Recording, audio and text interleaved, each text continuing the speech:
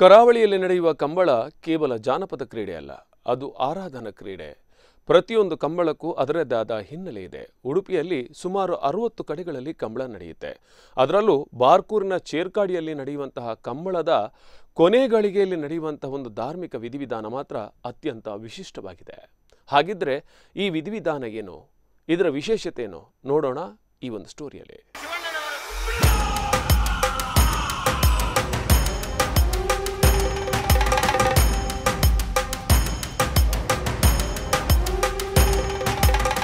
ಕರಾವಳಿ ಜಿಲ್ಲೆಯ ಉಡುಪಿ ಭಾಗದ 60 ಕಡೆಗಳಲ್ಲಿ ನಡೆಯುವ ದೇವರ ಮತ್ತು ಚೆನ್ನ ಕಂಬಳದಲ್ಲಿ ಅನೇಕ ನಂಬಿಕೆ ಆಚರಣೆ ಇದೆ.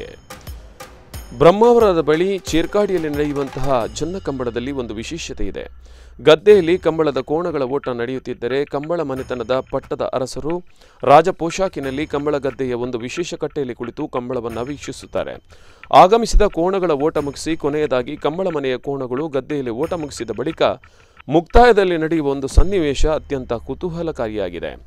ಕರಾವಳಿಯ ಮೂಲ ನಿವಾಸಿಗಳಾದ ಕೊರಗ ಜನಾಂಗದ ಮರ್ದ ಅವರು ಸಾಂಪ್ರದಾಯಿಕ ಉಡುಗೆಯಲ್ಲಿ ಡೋಲು ವಾದನದೊಂದಿಗೆ ಕೈಯಲ್ಲಿ ಒಂದು ದಂಡವನ್ನು ಹಿಡಿದು ಕಂಬಳ ಗದ್ದೆಗೆ ಬರುತ್ತಾರೆ.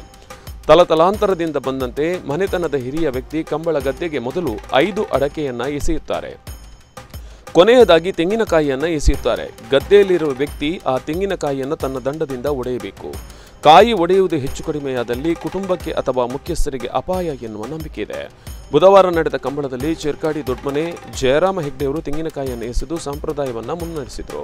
ಬಳಿಕ ಮನೆಯಲ್ಲಿ ಅವರನ್ನು ಆರತಿ ಬೆಳಗಿ ಸ್ವಾಗತಿಸಲಾಯಿತು.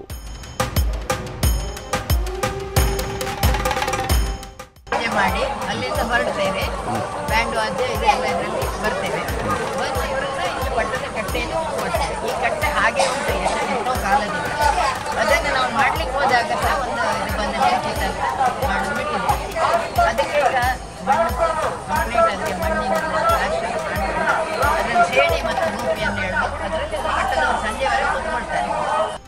ಇದೇ ರೀತಿಯಾಗಿ ಕರಾವಳಿಯಲ್ಲಿ ನಡೆಯುವ ಅನೇಕ ಕಂಬಳಗಳಲ್ಲಿ ಒಂದು ಧಾರ್ಮಿಕ ಹಿನ್ನೆಲೆ ಇರುತ್ತೆ.